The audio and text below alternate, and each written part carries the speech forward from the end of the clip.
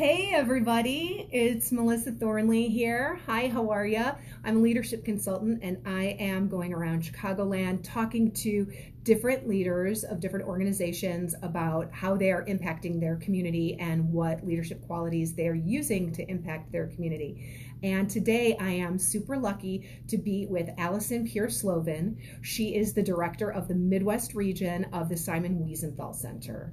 Thank you. It's I who am lucky to be with you. Thank you for choosing me to be part of your series. Oh, thanks, Alison. So first of all, for lots of people out there, you might not be familiar with the Wiesenthal Center. And if you're not, and by chance, because we are live, if you're out there and you're watching on Facebook and you have a question, you can always type in the comments the question. If we get to it, we get to it. And if not, Alison or myself can comment on it later. Okay, side note. Thanks for joining us. Can you tell people about the Wiesenthal Center and the mission? Sure. The Simon Wiesenthal Center was founded 40 years ago by our founder and dean, Rabbi Marvin Heyer, who was an educator. And 40 years ago, there were no Holocaust museums in the United States. And he understood and was concerned that children wouldn't learn about, even just Jewish children, wouldn't learn about the Holocaust. So he wanted to build a facility or a place that you can come to learn about the Holocaust. And he went to Vienna and he met Mr. Wiesenthal. And for those who don't know who Simon Wiesenthal was, he was the greatest Nazi hunter that ever lived. He believed in bringing the Nazis to justice, not vengeance. And he himself was a survivor of the Holocaust. So Rabbi Heyer went to Mr. Wiesenthal and told Mr. Wiesenthal what he wanted to accomplish. And Mr. Wiesenthal said, Rabbi Heyer, if you want to memorialize the past, I will give you a letter of recommendation. If you want the center to bear my name, you will work today to change tomorrow, because it's not the first and the last Holocaust, genocide, or human rights injustice that's going to happen. And that's how the Simon Wiesenthal Center, the international Jewish human rights organization, was born. And if you go to Los Angeles, to where our Museum of Tolerance is, you will learn about the Holocaust and the consequences of hate. But what's happened since the Holocaust? Darfur, Rwanda, Cambodia, issues of today, contemporary issues, the hate online and bullying, etc. So we are fighting against all those injustices. Yeah, and there's a lot to fight for, right? There's a lot to fight for. So what is a current initiative that you're currently working on in the Midwest region? So in Illinois, I'm very excited that we are in the midst of building a mobile museum of tolerance. It's taking the lessons in the educational facility that's a permanent exhibit in our Museum of Tolerance in Los Angeles, and it's creating a mobile museum to go to the different schools.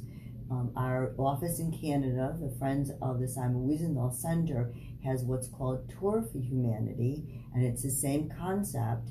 And so I am, in compliment to my colleague, we are creating that for the state of Illinois. And so now your school, for next school year, 2020, will be able to go online to a website and request the Mobile Museum of Talents to come to your school. And it will teach about hate and the consequences of hate. It will talk about mandated curriculum from the state of Illinois, which would be Holocaust education, civil rights education, women's rights, LGBTQ rights, inclusion, and all the things that are being discussed in the school, but in an interactive way within a classroom on a mobile museum. Oh my gosh.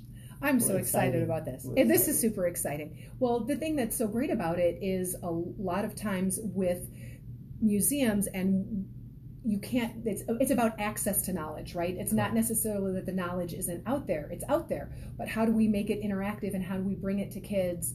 Because kids are just sponges for that, and they're the next generation. They are the next generation. That's why these difficult conversations need to be had with students, and they need to understand the past, and they need to understand the challenges of the past, because we're facing many of them again today. And if we don't talk about it, we don't learn from it.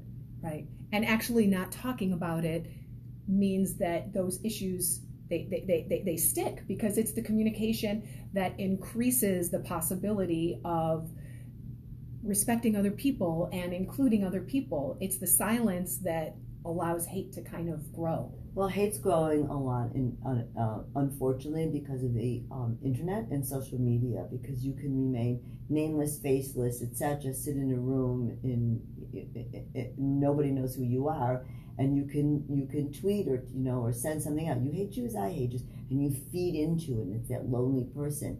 And one of the things that we've been doing in the schools is called Combat Hate. It's an interactive workshop that we bring to the school to teach the students what's out there. What are you seeing? They're seeing it, but they don't know how to shut it down. And no one's having a critical conversation with it. Yeah. There's many websites now devoted to, let's say, Holocaust deniers, showing that the Holocaust didn't exist. There's websites devoted to showing how Anne Frank didn't live. There are websites, that about pro-white supremacists. ISIS is contacting students in schools, but nobody's having these conversations. And even if a student sees it, what do they do about it? Who do they report it to? Right. So we're teaching them again in this vast network of social media and online. How do you get away from it? How do you shut it down? Stop it. And bullying. There's so many issues with bullying via social media right now. It's huge. It's huge. So there are so many challenges out there. There are challenges that you face as a leader running the organization. So I'm curious, what leadership qualities do you use, do you access to help support what you're fighting for? I think that the leadership quality that I use to access is, first of all, compassion for all people. By nature, that's who I am. I don't believe that anybody's invisible. I think that all people are created equal. And that is, of course, what the Simon Wiesenthal Center believes in, which is why it's been a good fit for me and why I've enjoyed working with the center. Also, I think inclusion. We're doing a lot of work which speaks to what I believe in bringing diverse groups together, because we might look differently, but we're the same person in many ways. We might have different challenges, but at the end of the day, our challenges are similar. And I think that we need to work to build bridges between communities, and that's something that I really enjoy doing.